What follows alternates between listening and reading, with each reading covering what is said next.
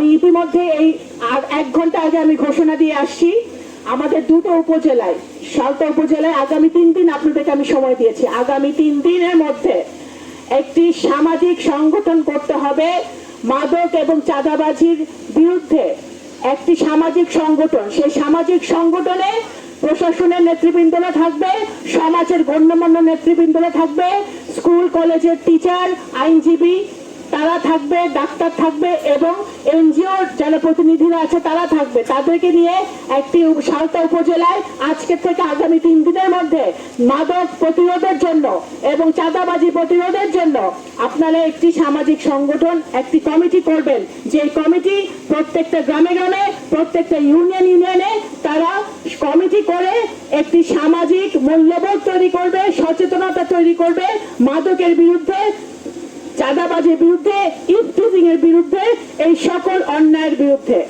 আপনারা দয়া করে এগুলো আমলে নেবেন, কারণ আমি আগেও বলেছি, নির্বাচনের আগেও বলেছি জিরো টলারেন্স, এখনো বলছি জিরো টলারেন্স।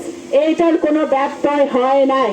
আমরা উন্নয়ন করব, খাল খনন করব, স্কুল করব, কলেজ করব, হাসপাতাল করব, সব করব, রাস্তাঘাটও করব, ব্রিজ করব, কিন্তু আমার সালতার ছেলেমেয়েরা, আমার সালতার জনগণ মাদক থেকে বিরত থাকতে হবে।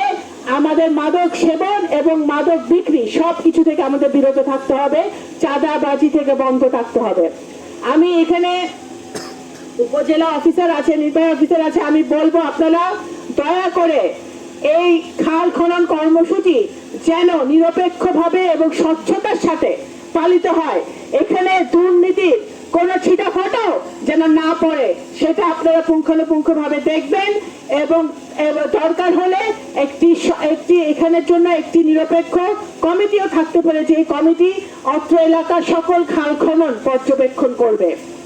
মনিটরিং টিম করতে পারেন আপনারা। আবারও আপনাদেরকে ধন্যবাদ জানাই এবং আটগড়ের সকল আমাদের মুরব্বিয়ান সকলকে আমি আবার সালাম জানিয়ে, ধন্যবাদ জানিয়ে আমি আমার বক্তব্য শেষ করছি। আসসালামু আলাইকুম।